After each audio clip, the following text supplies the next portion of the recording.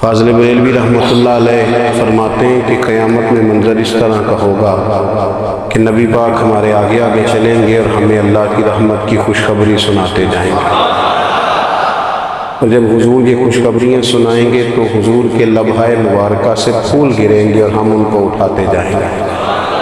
فرماتے ہیں خود تو وہ تھوڑی دیر کے لیے روئیں گے اللہ کی بارگاہ میں کہ یا اللہ انہیں معاف کر دے، خود روئیں گے لیکن ہمیں ہنسا دیں گے۔ پیش حق مجدہ شفاعت کا سناتے جائیں گے، آپ روتے جائیں گے پر ہم کو ہنساتے جائیں گے۔ اور باغ جنت میں محمد صلی اللہ علیہ وسلم، باغ جنت میں محمد مسکراتے جائیں گے، پھول رحمت کے گریں گے ہم اٹھاتے جائیں گے۔ حشر تک ڈالیں گے ہم پیدائش مولا کو، اور مثل فارس نجد کے قلعے گراتے جائیں گے۔ اور کیا ذوق بیان کیا، فرمانے لگے خاک ہو جائیں عدو جل کر مگر ہم تو رضا، دم میں جب تک دم ہے ذکر ان کا سناتے جائیں۔ جب تک سانسوں کی ڈوری چل رہی ہے، دم میں جب تک دم ہے ذکر ان کا سناتے جائیں گے۔ اللہ تبارک و تعالیٰ نے نا ہمارے محبوب کریم علیہ السلام کو دنیا میں بھیجا تو فرمایا یا ایھا الناس قد جاءکم برہان من ربکم، اے لوگوں تمہارے پاس تمہارے رب کی دلیل آ گئی ہے۔ اللہ تبارک و تعالیٰ نے محبوب پاک علیہ السلام کو سراپا دلیل بنا کے بھیجا۔ باقی انبیاء کرام علیہ السلام کے پاس بھی اپنی نبوت کے دلائل کے طور پر بے شمار معجزات تھے، اور حضور کریم علیہ السلام کے تو پورے وجود کو ہی اللہ نے معجزہ بنایا۔ اور نبی پاک صلی اللہ تعالیٰ علیہ وآلہ وسلم کی نبوت کی دلیلیں، حضور کے رسالت کے مستحکم دلائل جگہ جگہ آپ کو ملیں گے۔ سب سے پہلی چیز تو یہ سمجھنے والی ہے کہ نبی پاک علیہ السلام نے جس چیز کو سب سے پہلے اپنی نبوت کی دلیل کے طور پر بیان فرمایا وہ حضور کا کردار ہے، سیرت ہے، عمل ہے، حضور کا لوگوں کے ساتھ رویہ ہے۔ نبی پاک علیہ السلام کی تبلیغ کے 3 دور ہیں۔ ایک تو حضور نے اپنے قول سے تبلیغ فرمائی، وہ 40 سال کی عمر سے محبوب نے اعلان فرمایا اور تبلیغ کی۔ اور ایک نبی پاک صلی اللہ تعالیٰ علیہ وسلم بالواسطہ حضور کی تبلیغ ہے جو آج تک جاری ہے۔ امت کے علماء، مشائخ، مبلغین حضور کے دین کو آگے پھیلا رہے ہیں، تو دراصل یہ بھی تبلیغ رسول پاک علیہ السلام کی تبلیغ ہے۔ اور ایک حضور کی تبلیغ کا دور ہے، حضور کی پیدائش سے لے کر ولادت مبارکہ سے لے کر حضور علیہ السلام کے اعلان نبوت تک۔ اس دوران نبی پاک نے جو تبلیغ فرمائی ہے وہ اپنے کردار سے فرمائی ہے۔ عرب کا وہ معاشرہ جو بڑا میلا کچیلا گدلا ہو چکا تھا، جس کے اندر سراسر مادہ پرستی کا زور تھا، جس کے اندر لوگ انسانوں کی خرید و فروخت کرتے تھے، جس کے اندر بیٹیوں کو زندہ دفن کر دیتے تھے، جس کے اندر جو آدمی جتنا زیادہ مضبوط ہوتا تھا اتنا زیادہ لٹیرا بن جاتا تھا، اس معاشرے کے اندر رسول کریم علیہ السلام نے 40 سال گزارے، اور اس طرح گزارے کہ جو بیگانے بھی تھے وہ بھی کہا کرتے تھے یہ صادق ہے، یہ امین ہے۔ اور جب حضور نے اعلان نبوت کیا تو فرمایا، یہ قرآن مجید کے لفظ ہے، فرمایا فَقَدْ لَبِثْتُ فِيكُمْ عُمَرًا مِّن قَبْلِهِ أَفَلَا تَعْقِلُونَ، میں تمہارے بیچ عمر کا ایک حصہ گزار چکا ہوں، تمہیں عقل نہیں ہے، شعور نہیں ہے۔ نبی کریم علیہ السلام نے اپنے کردار کو، اپنے عمل کو اپنی نبوت کی دلیل کے طور پر بیان فرمایا۔ وہ تو حضرت حلیمہ بھی فرماتی ہیں نا، جب میں نبی کریم علیہ السلام کو اپنے گھر لے گئی تو میرا اپنا بچہ بھی دودھ پیتا تھا، 2 میرے بیٹے ہو گئے، ایک میری یہ نسلی اولاد اور حضور میری رضائی اولاد۔ تو کہتی ہیں جب میں کریم محبوب علیہ السلام کو اپنے سینے سے لگاتی تھی تو حضور میرے ایک پستان سے دودھ پیتے تھے اور دوسرا اپنے بھائی کے لیے چھوڑ دیا کرتے تھے۔ یہاں سے رسول کریم علیہ السلام نے کردار کے ذریعے تبلیغ، اور پھر اعلان نبوت سے پہلے ایک تنظیم عرب کے جوانوں پر، عرب کے سرداروں پر مشتمل بنائی گئی، جس میں نبی کریم علیہ السلام نے بڑا حصہ لیا سرکار نے، اور بڑے اہم لوگوں کو شعور حضور نے عطا فرمائے، وہ اس جماعت کا فیصلہ تھا کہ ہم سارے جوان، سارے بڑے لوگ ملیں گے۔ یہ حضور کے اعلان نبوت سے پہلے کی بات ہے۔ ہم بڑے لوگ ملیں گے، کسی بڑے کو کسی چھوٹے پر ظلم نہیں کرنے دیں گے، کسی آدمی کو کسی غریب کا حق نہیں کھانے دیں گے۔ حضور علیہ السلام نے نا اپنی کردار سے، اپنے عمل سے، اور آپ کا جو عمل ہوتا ہے نا وہ اصل ہوتا ہے۔ ایک ہوتا ہے آپ کوئی بات کرتے ہیں اور ایک ہوتا ہے کہ آپ کوئی عمل کرتے ہیں۔ آپ جب عمل کرتے ہیں تو عمل کے ذریعے بھی لوگوں تک بات پہنچتی ہے کہ دراصل آپ کا اٹھنا بیٹھنا چلنا پھرنا کیا ہے۔ میرے رسول کریم علیہ السلام کا اٹھنا بھی ایک نبی کا، بیٹھنا بھی ایک نبی کا، بات کرنا بھی ایک نبی کا، معاملات زندگی کرنا بھی ایک نبی کا، لین دین کرنا بھی ایک نبی کا۔ ایک شخص کہتے ہیں میں نے اعلان نبوت سے پہلے حضور علیہ السلام سے کوئی چیز خریدی تھی اور میں نے عرض کیا تھا آپ یہاں تشریف رکھے، میں پیسے لے کے آتا ہوں، میں 3 دن کے بعد آیا۔ دیکھو یہ بات کرنی کتنی آسان ہے، بولنی کتنی آسان ہے، پر 3 دن یہاں میرے بھائی کو کسی شخص کو 2 گھنٹے انتظار کرنا پڑ جائے تو لوگ کہتے ہیں الانتظار اشد من القتل، یہ تو قتل سے زیادہ تکلیف والا معاملہ ہے منتظر رہنا کسی کا۔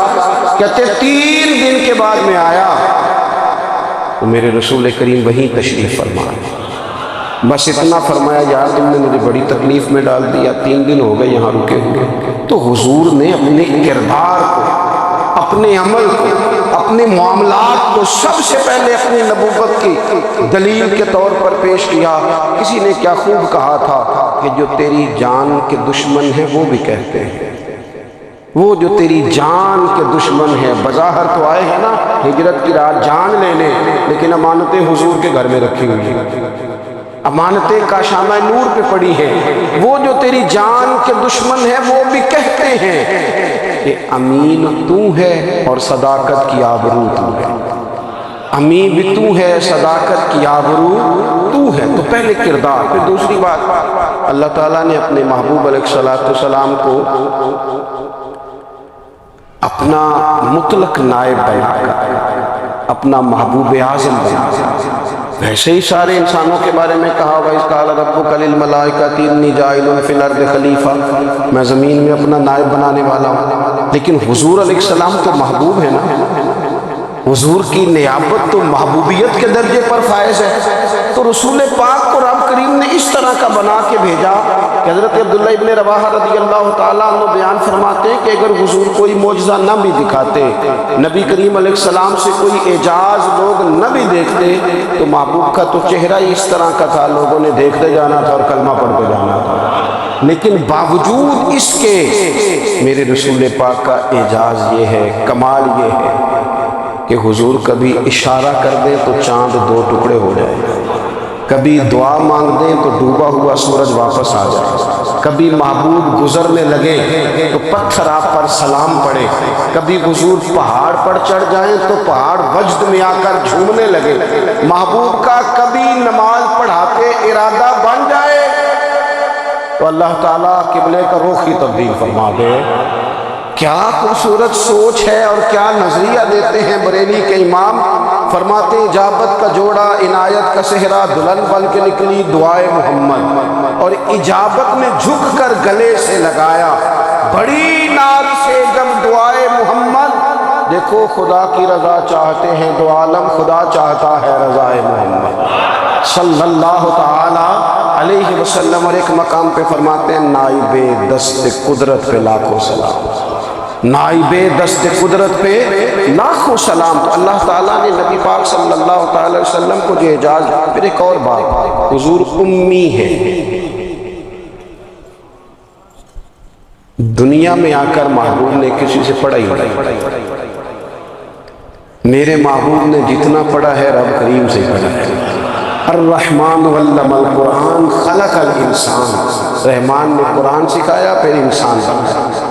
اللہ تبارک و تعالیٰ کی بارگاہ کرم سے حضور نے لیا، رسول کریم امی ہیں، یہ بھی حضور کی نبوت پر ایک بڑی دلیل۔ دیکھو ایک ہوتا ہے کوئی آدمی بچپن سے کسی چیز سے شغف رکھے اور جب اس کی عمر بڑی ہو جائے تو کہتے ہیں اس کا تجربہ بڑا ہو گیا، یہ پہلے کچھ شعر کہتا تھا، کوئی ادبی جملہ کہتا تھا، تو اب اس کی یہ کام کرتے کرتے عمر بڑی ہو گئی ہے تو رسوخ حاصل ہو گیا۔ 40 سال کی عمر مبارک تک نبی کریم نے ایک شعر بھی نہیں کہا۔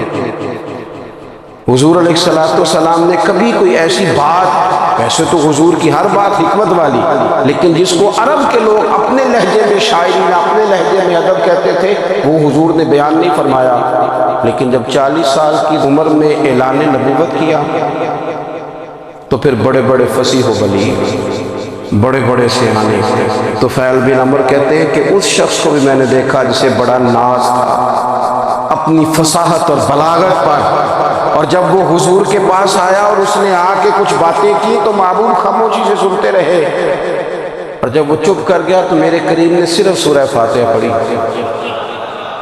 کبھی اٹھتا تھا، کبھی بیٹھتا تھا، کبھی غور کرتا تھا، کبھی دائیں جاتا تھا، کبھی بائیں جاتا تھا، پھر کہنے لگا بتاؤ نا کلام کس کا ہے؟ فرمایا اس رب کا، اس رب کا، اس رب کا جس کا میں رسول بن کے آیا۔ نبی کریم صلی اللہ تعالیٰ علیہ وسلم امی ہیں، لیکن حضور نے کائنات کے رازوں سے پردے ہٹا دیا۔ نبی کریم نے جینے کے سلیقے بتا دیے۔ حضور نے ہر شخص کو اس کے مقصد حیات سے آگاہ کر دیا۔ نبی کریم علیہ السلام نے وہ فلسفہ حیات بیان کیا کہ لوگوں کو صرف جینے میں مزہ نہیں آیا، مرنے میں بھی مزہ آیا۔ لوگ آگے بڑھ بڑھ کے جانیں پیش کرنے لگے، اپنی اولادیں قربان کر، جو فلسفیوں سے کھل نہ سکا اور نکتہ بروں سے حل نہ ہوا، وہ راز ایک طیبہ والے نے بتلا دیا چند اشاروں میں۔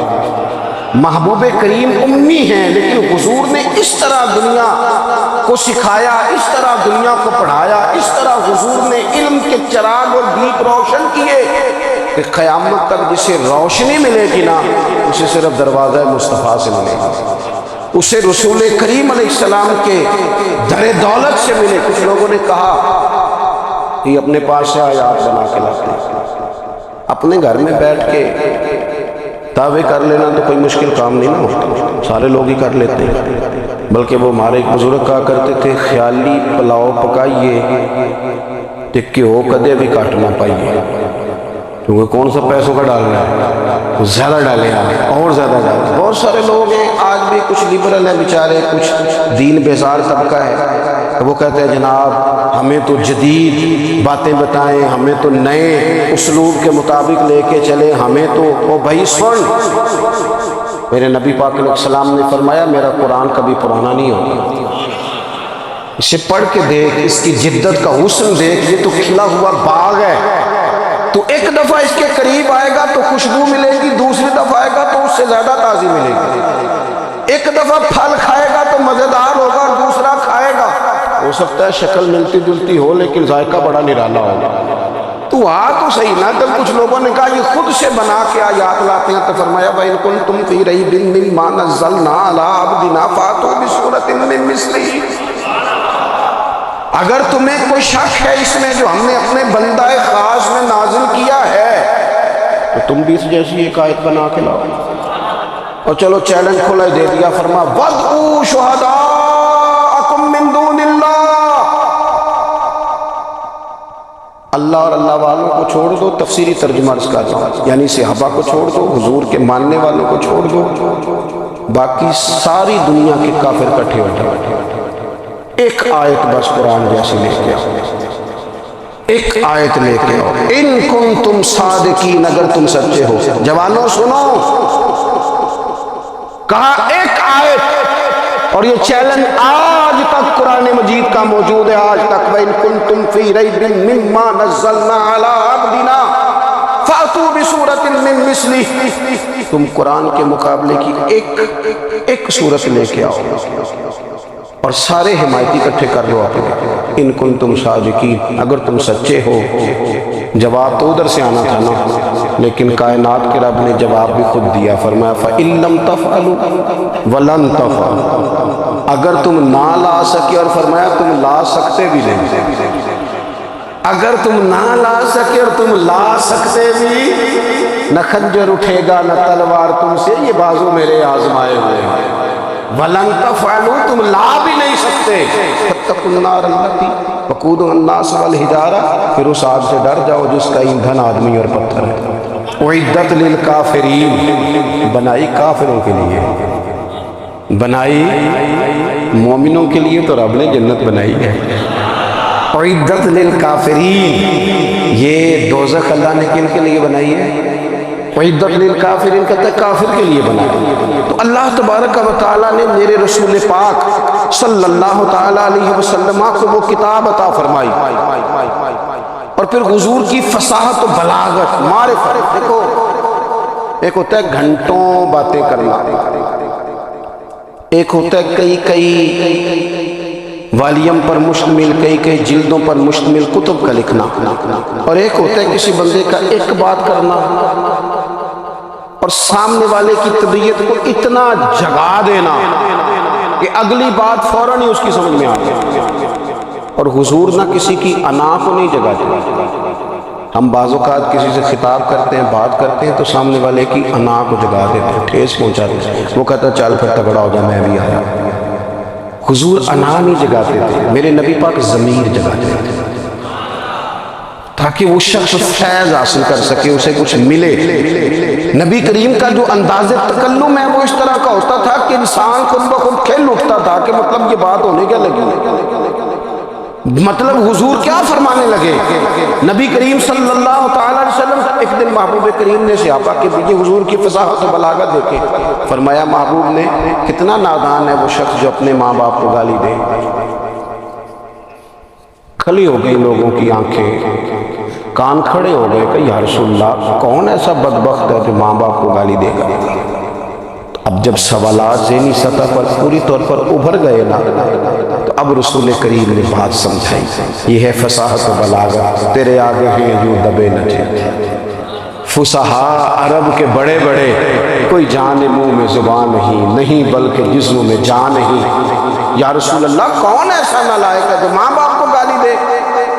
اب جب ذہنی سطح یہاں تک ابھر آئی تو اب حضور نے سمجھایا، اور میں جب تم کسی کے ماں باپ کو گالی دو گے تو وہ بھی تو جواب میں تمہارے ماں باپ کو دے گا، تو فی نفس ہی یہ تم نے خود ظلم کیا ہے اپنے ماں باپ پر۔ کیوں تم نے ایسا لہجہ اختیار کیا کہ جس سے سامنے والے کی انا جاگ جائے اور وہ تمہارے مقابلے میں آ کر کے کھڑا ہو؟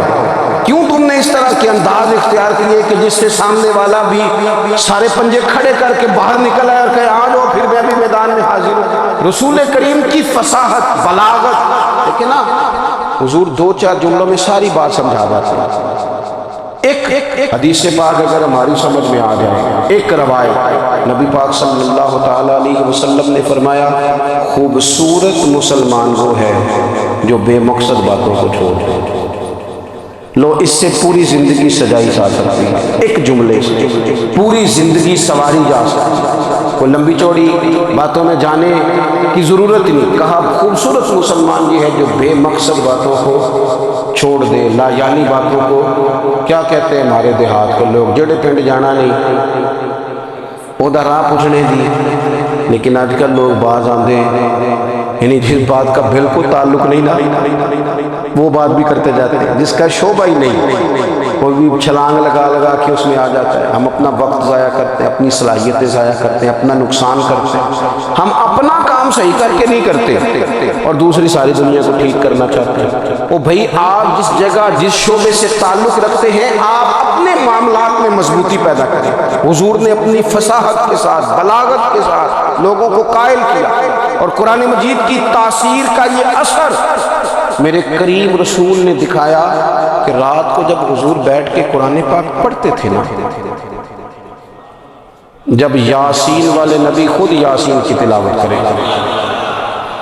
جب طٰہٰ والے محبوب خود طٰہٰ کی تلاوت کریں، غور کرو نا جب مدثر والے محبوب خود ان جملوں کو ادا کریں، یعنی جن کے بارے میں آیت آئی ہے جب وہی یہ آیت پڑھیں کہ اِنَّا أَعْطَيْنَاكَ الْكَوْثَرَ، یعنی جن کا ذکر ہو رہا ہے جب وہ یہ بات کریں کہ یا ایھا النبی انا ارسلناک شاہدا ومبشرا ونذیرا لتؤمنوا باللہ ورسولہ وتعزروہ وتوقروہ وتسبحوہ بکرۃ واصیلا، جن کے بارے میں آیت آئی ہے جب وہ یہ کہہ رہے ہوں کہ ورفعنا لک ذکرک، جب وہ کہہ رہے ہوں والضحیٰ واللیل اذا سجا، ذرا اس کیفیت کو دیکھیں جب محبوب خود پڑھ رہے ہیں، اور جو حضور پر آئی ہیں اس کا ذائقہ، اس کا لطف، اس کا انداز بھلا کیا ہوگا۔ حضور جب رات کو پڑھتے تھے نا قرآن پاک، تو جو پکے کافر تھے نا، ابو جہل جیسے لوگ، وہ بھی جھاڑیوں میں چھپ چھپ کے مدینے والے کی تلاوت سنا کرتے تھے، حضور کی تلاوت سنا کرتے تھے۔ یہی بہتر ہے کہ پردوں میں وہ پردہ پوش رہے، وہ اگر پردے ہٹا دے تو کسے ہوش رہے۔ رسول کریم علیہ السلام کی تلاوت کا سننا، قریب جانا، یہ اعجاز ہے۔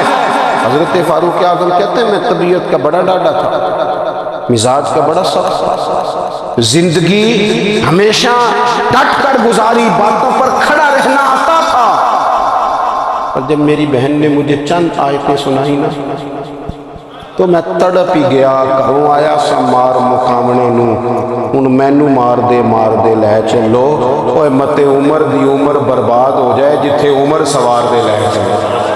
یہ اعجاز ہے رسول کریم صلی اللہ تعالیٰ علیہ وسلم پر نازل ہونے والی کتاب کا۔ پھر حضور نے خبریں دی، نبی پاک نے خبریں دی۔ حضور نے فرمایا روم فتح ہوگا، وہ ہوا۔ نبی کریم علیہ السلام نے فرمایا شام فتح ہوگا، تو شام فتح ہوا۔ فرمایا ایران فتح ہوگا، تو ایران فتح ہوا۔ سراقہ بن مالک کہتے ایک گاؤں پر بھی مسلمانوں کی حکومت نہیں تھی، ایک گاؤں پر۔ حضور مکہ مکرمہ سے نکل رہے تھے، مدینہ طیبہ تشریف لے جا رہے تھے، ابھی راستے میں تھے، میں 100 سرخ اونٹوں کے لالچ میں معاذ اللہ حضور کو گرفتار کرنے پہنچ گیا۔ محبوب نے حکم دیا، حضور کا معجزہ میں نے آنکھوں سے دیکھا، میرا گھوڑا زمین میں دھستا چلا گیا، میں نے معافی مانگی، حضور نے معاف کر دیا۔ میں نے سمجھا اچانک ہو گیا ہے، یہ منوانا بھی بڑا مشکل کام ہے۔ شجر و حجر پہچان گئے، انسان کی نظروں میں شاکی رہا۔ یہ کچھ ایسے لوگ ہیں جن کو منوانا توبہ توبہ، ماننے کو تیار نہیں، دیکھ دیکھ کے بھی ماننے کو تیار ہے نہیں، ماننے کو تیار ہی نہیں۔ کہتے ہیں کہ میں نے پھر چاہا آگے بڑھنا، تو پھر زمین کے اندر میرے گھوڑے کے پیر دھنسنے لگے، پھر معافی مانگی۔ کریم تیرے معاف کرنے کی ادا پہ بھی قربان جائے۔ یہ نہیں فرمایا کہ تو بار بار یوں ہی کرتا ہے، فرمایا معافی مانگتا ہے، جا میں نے معاف کیا۔ کہتے ہیں 3 دفعہ میں آگے بڑھا، 3 دفعہ حضور نے معاف کیا، تو مسکرا کے فرمانے لگے تو یہاں مجھے گرفتار کرنے آیا ہے، وہ کیسر روم کا علاقہ فتح ہوگا۔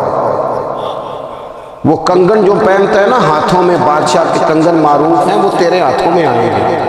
اللہ کرے آپ سمجھیں، یہ جو لوگ ڈری ڈری سہمی اور ہمارے بچے مایوسی کی معاذ اللہ باتیں کرتے ہیں، وہ دیکھیں حضور کس طرح کی گفتگو فرماتے ہیں۔ ابھی ایک گاؤں پر بھی اسلام کی حکومت نہیں، لیکن حضور کا خبر دینے کا انداز۔ کریم فرمانے لگے وہ کیسے روم کے جو کنگن ہوں گے وہ تیرے ہاتھوں میں آئیں گے۔ جناب سراقہ بن مالک فرماتے ہیں کہ میں مسلمان ہو گیا، حضور کا وصال ہو گیا، کنگن نہیں آئے۔ حضرت ابوبکر صدیق کا وصال ظاہری ہو گیا، کنگن نہیں آئے۔ جناب عمر کا دور آ گیا، سراقہ بوڑھے ہو گئے۔ کوئی بندہ پوچھتا نا کہ اب تو عمر ڈھل گئی ہے، زندگی کا پتہ نہیں، کہنے لگے نہیں میں نہیں جاتا، جب تک کنگن نہیں آتے اسرائیل کوئی نہیں آئیں گے، کیونکہ ساڈے نبی دی زبان ساڈے واسطے قرآن۔ جو دن کو کہہ دیا دن ہے تو دن نکل آیا، جو شب کو کہہ دیا شب ہے تو رات ہو کے رہی، اور خدا نے ان کی زبان کو وہ اختیار دیا، وہ نکلی منہ سے ان کے وہ بات ہو کے رہی۔ اور فاضل بریلوی کا تو انداز ہی پھر انوکھا ہے نا، وہ تو کہتے ہیں وہ زبان جس کو سب کن کی کنجی کہے، جس کو سب کن کی کنجی کہیں، اس کی نافذ حکومت پہ لاکھوں سلام۔ کہنے لگے نہیں آتے حضرت اسرائیل، فکر نہ کرو، بوڑھے ہو گئے تھے، نکلنا گھر سے بند کر دیا تھا، حضرت عمر کا دور تھا، کنگن آ گئے۔ حضرت فاروق اعظم نے ان کے پوتوں سے، نواسوں سے، بچوں سے کہا جاؤ بلا کے لاؤ، کہا دادا جان بوڑھے ہیں، فرمایا تم کان میں کہہ دینا کنگن آ گئے، پھر تم دیکھنا تو صحیح کر۔ حضرت سراقہ آئے، حضور نے جو خبریں دی، نبی پاک علیہ السلام نے وہ گزشتہ قوموں کے احوال بیان کیے، اور پھر میرے نبی پاک علیہ السلام نا دنیا میں عزتیں دینے آئے، عزت۔ یہ مزاج ہمیں کم کرنا چاہیے. یہ جو ہم ساری زندگی اس کام میں لگا دیتے نا کسی کو نیچا کیسے دکھانا ہے، یہ انداز حضور نے نہیں ہمیں دیا. اب دیکھو حضور تشریف لائے تو ہمیں پتہ چلا کہ حضرت یوسف جیسا سونا کوئی نہیں. حضور تشریف لائے تو ہمیں پتہ چلا کہ حضرت داؤد جیسی خوبصورت آواز کسی کی نہیں. حضور تشریف لائے تو ہمیں پتہ چلا کہ جناب عیسیٰ علیہ السلام کا فقر اختیاری کس طرح کا. محبوب تشریف لائے تو ہمیں پتہ چلا کہ حضرت موسیٰ کا جلال کس طرح کا. یہ تو حضور آئے تو نبی پاک علیہ السلام نے اس کی بھی عظمت بیان کی، اس کی بھی شان بیان کی. حضور نے بتایا کہ ابو بکر صدیق کی شان کیا ہے، فاروق اعظم کا مرتبہ کیا ہے، عثمان غنی کی حیا کیا ہے، مولا علی کی شجاعت کیا ہے، اہل بیت نبوت کی عظمت کیا ہے. حضور آئے عزتیں دینے. ماں کو عزت دی مدینے والے رسول. کہا جس کا باپ راضی ہو گیا اس کا رب راضی ہو گیا. فرمایا جو 2 بیٹیاں 3 بیٹیاں 4 بیٹی بہنیں یا ایک بیٹی یا بہن بیاہ کے آ گیا نا، اس طرح میری 2 انگلیاں جڑی ہوئی ہیں، میرے ساتھ جڑ کے جنت میں جائے. رسول کریم صلی اللہ تعالی وسلم نے عزت دی، عزت دی. حضور عزتیں دینے. کوئی اعزاز نہیں. ان پڑھ بندہ ہے، سادہ ہے، غریب ہے، مزدوری کرتا ہے، ہاتھوں پہ چھالے.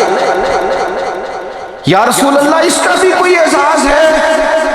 قربان جائیں، میرے کریم نے عزت دی. فرمایا محنت کر کے روزی کمانے والا تو اللہ کا دوست ہے. یہ اینٹیں اٹھانے والا، یہ مشقتیں کرنے والا، یہ صبح دیہڑی پہ جانے والا، یہ بیچارہ جو اچار سے روٹی کھاتا ہے، تو نے ہر شخص کی قسمت میں یہ عزت لکھی اور آخری خطبے کی صورت میں وصیت لکھی. رسول کریم نے ہر بندے کو اعزاز دیا، عظمتیں. حضور عزتیں دینے آئے. نبی پاک علیہ السلام نے اعزازات دیے، حضور نے نوازا. یہ ساری چیزیں میرے رسول پاک کی تشریف. اور پھر یہ جو حضور کے صحابہ اور اہل بیت ہیں نا، یہ بھی میرے نبی پاک کی نبوت کی دلیل ہے. اتنی جلدی انقلاب آیا نہیں کرتے. وہ کل تک جو رہزن تھے حضور نے راہبر بنا دیا.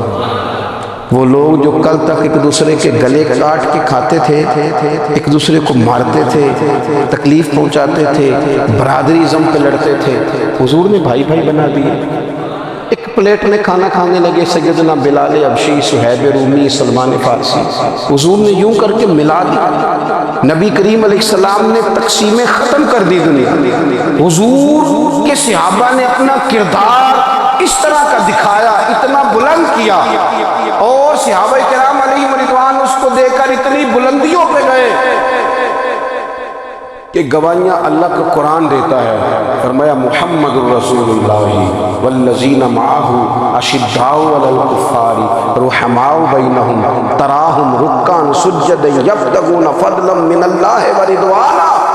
اور میں یہ جو میرے محبوب کے ساتھ والے ہیں کافروں پر سخت ہیں، آپس میں نرم دل ہیں. تم جب بھی انہیں دیکھو گے سجدے کرتے دیکھو گے، رکوع کرتے دیکھو گے، تم انہیں دیکھو گے اللہ کی رضا کے متلاشی. انہیں ساری مادہ پرستی سے نکال کر محبوب نے رب کی رضا کے رستے پہ ڈال دیا. میرے نبی کریم سید عالم صلی اللہ تعالیٰ علیہ وسلم کی نبوت کے دلائل کے طور پر یہ ساری چیزیں آئی. بس میں بات سمیٹنے لگا ہوں. حضور کا جو اخلاق ہے نا، وہ بھی نبی کریم علیہ السلام کی نبوت کی بہت بڑی دلیل ہے. وَإِنَّكَ لَعَلَىٰ خُلُقٍ عَظِيمٍ. محبوب ہم نے آپ کو نا خلق عظیم کا مالک بنایا. کچھ لوگ سمجھتے ہیں صرف آپ کا بولنے کا انداز ٹھیک ہو تو آپ با اخلاق ہیں. نہیں بھائی، بولنے کا انداز ٹھیک ہونا با اخلاق نہیں، سچ بولنا اخلاق کے علاوہ. آپ کا حق بات کرنا اخلاق ہے، آپ کا صحیح گواہی دینا اخلاق ہے، آپ کا اللہ تعالیٰ کی طرف سے آزمائش آنے پر صبر کا مظاہرہ کرنا اونچا اخلاق ہے. رب نعمت دے تو آپ کا وجود ڈھلتا جائے شکر میں، یہ اخلاق ہے. رب کریم اگر آپ کو کسی وقت کسی آزمائش میں اپنی حکمت سے ڈالتا ہے تو عزت نفس کو برقرار رکھنا، خودداری کو برقرار رکھنا، یہ اخلاق ہے. نبی پاک نے اعلیٰ ترین اخلاق کی بات بتائی، اعلیٰ ترین. حضور نے لوگوں سے بیعت لیتے وقت کہا تھا میرے ہاتھ پر بیعت کرو، چوری نہیں کرو. نبی پاک علیہ السلام نے مختلف امور پر بیعت لی. حضرت حکیم بن حزام کہتے ہیں حضور نے میرے ہاتھ پہ ہاتھ رکھ کے کہا میرے ہاتھ پہ ہاتھ رکھ کے بیعت کرو کہ کسی دنیا دار سے سوال نہیں کرو گے, خودداری سے زندگی گزارو گے, عزت نفس جو رب نے تمہیں دیا ہے تم اس پر راضی رہو گے, لوگوں کی جیبوں کو ٹٹولنا, دوسروں کی دولتوں پہ راج کرنا, دوسروں کے مال پر نگاہیں ڈالنا اللہ کے حبیب نے پسند نہیں فرمایا. میں بیعت کرو کہ تم کبھی کسی سے سوال نہیں کرو گے. حد ہو گئی. نبھانے والوں نے پھر اس عہد کو نبھایا اور کمال کر دی. حضرت حکیم بن حزام گھوڑے پہ بیٹھے تھے, ہاتھ میں درہ تھا, وہ زمین پہ گر گیا, قریب غلام کھڑا تھا. حضرت حکیم بن حزام خود گھوڑے سے اترے, درہ اٹھایا, دوبارہ گھوڑے پہ بیٹھے. غلام عرض کرنے لگا حضور مجھے بتا دیتے میں اٹھا کے دے دیتا. آنکھیں چمک اٹھیں, فرمانے لگے کیسے بتا دیتا, اپنے رسول سے وعدہ کیا ہے کبھی کسی سے سوال نہیں کروں گا, کبھی سوال نہیں کروں گا. اللہ کے محبوب نے ہمیں اعلیٰ اخلاقی قدروں کی بات ہمیں سکھائی ہے.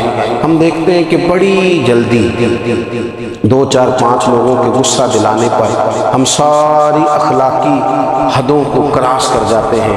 دوستو ہمارا ایک ویژن ہونا چاہیے, ہمارے ذاتی رویے بڑے معتبر ہونے چاہیے. لین دین کے معاملات کے اندر مسلمانوں کو بڑا صاف ستھرا ہونا چاہیے. ہمیں اپنی معاشی زندگی میں روزمرہ کے معاملات میں ہماری توجہات کا مرکز صرف اللہ رسول کی ذات ہونی چاہیے. رب کریم نے اپنی حکمت سے کسی کو کتنا دیا ہے یہ اس کی حکمت کے تقاضے ہیں. ہمیں اس نے جس رنگ میں جس حال میں رکھا ہے ہمیں اپنے رب کی رضا پر بہت زیادہ مطمئن ہونا چاہیے. اچھا پھر ایک اور بات,